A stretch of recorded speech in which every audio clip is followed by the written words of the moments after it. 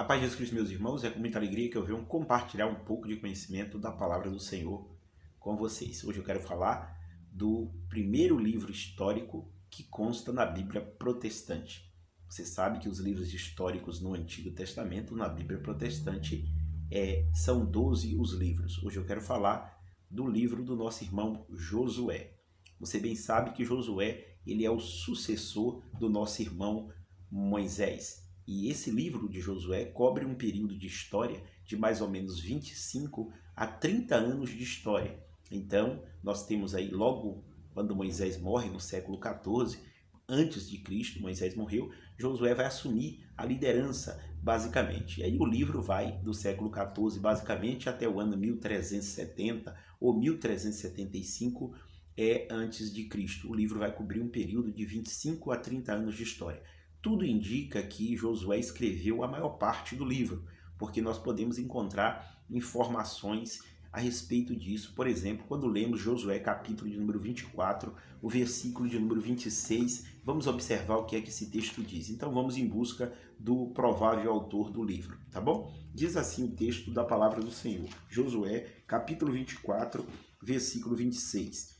Diz assim o texto: Josué escreveu estas palavras no livro da lei de Deus. Então observe, o texto bíblico mostra Josué participando basicamente, tá bom, da composição desse livro. É claro que nós não podemos dizer que todo o livro foi escrito por ele, porque, por exemplo, depois que ele fala isso, logo mais nós vamos observar a morte do nosso irmão Josué. Então, no pós-morte, ele não pode ter escrito. Sabemos também que alguns eventos que estão no livro, como não está em uma ordem cronológica, sabemos que não foi Josué que escreveu. Quando nós vamos ler, por exemplo, o livro dos Juízes, encontramos algumas conquistas relatadas lá, que elas estão basicamente aqui também dentro do livro do nosso irmão Josué. Mas o livro de Juízes mostra que essas conquistas aconteceram depois da morte de Josué. Então logo fica evidente que alguém que sucede Josué vai escrever o livro, e aí nós temos esses conteúdos agregados ao livro do nosso irmão Josué. Então, via de regra, a maior parte do livro quem escreveu foi ele, de acordo com Josué 24, 26, e uma parte sabemos que não foi ele. Pode ter sido o sumo sacerdote Eleazar, pode ser um dos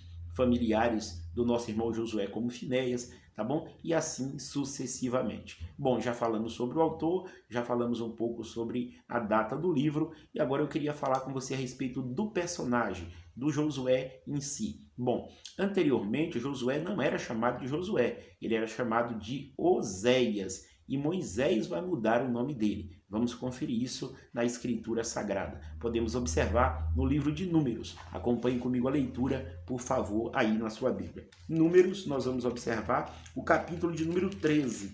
Vamos observar o que está escrito aqui em Números, capítulo de número 13. Observe o versículo de número 8 e logo em seguida o versículo de número 16.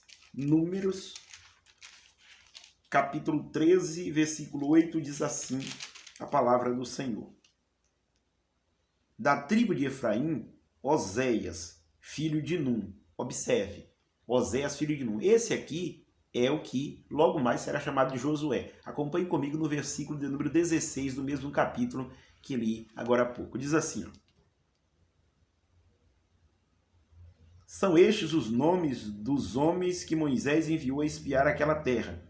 E a Oséias, filho de Num, Moisés chamou Josué. Então observe, Moisés muda o nome dele para Josué, que outrora era Oséias. Bom, não obstante também, nós temos que de fato Josué, ele apesar de ser o servo fiel de Moisés, ali um homem de muita espiritualidade, nós também encontramos que esse Josué era um líder militar. Ele ia à frente do exército de Israel nas batalhas que vira e mexe ali acontecia. Josué era de fato o líder militar ali daquele exército. Vamos observar isso também na Escritura. O livro de Êxodo, nós vamos encontrar uma informação muito importante a respeito disso. Abra comigo a sua Bíblia, por favor, no livro do Êxodo. Nós vamos encontrar aqui algo muito importante no livro do Êxodo, tá bom? Nós vamos observar que, de fato, ele era um líder militar. Êxodo 17, dos versículos 9 a 13. Olha só o que o texto da palavra do Senhor vai dizer. Diz assim: com isso ordenou Moisés a Josué: escolhe homens e sai a peleja contra Amaleque. Amanhã estarei no cimo do outeiro e o bordão de Deus estará na minha mão. Fez Josué como Moisés lhe dissera e pelejou contra Amaleque. Moisés, porém, Arão e Ur subiram ao cimo do outeiro. Quando Moisés levantava a mão, Israel prevalecia. Quando, porém, ele baixava a mão, prevalecia Amaleque. Ora, as mãos de Moisés eram pesadas, por isso tomaram uma pedra e o puseram por baixo dele. E nela se assentou. Arão e Ur sustentavam-lhe as mãos, um de um lado e outro do outro. Assim lhe ficaram as mãos firmadas até o pôr do sol, e Josué desbaratou Amaleque e o seu povo ao fio da espada. Então observe aqui que esse Josué era um guerreiro, um líder militar que ia à frente do exército de Israel, pelejando basicamente por aquele povo. Josué era um homem de Deus muito abençoado, por sinal.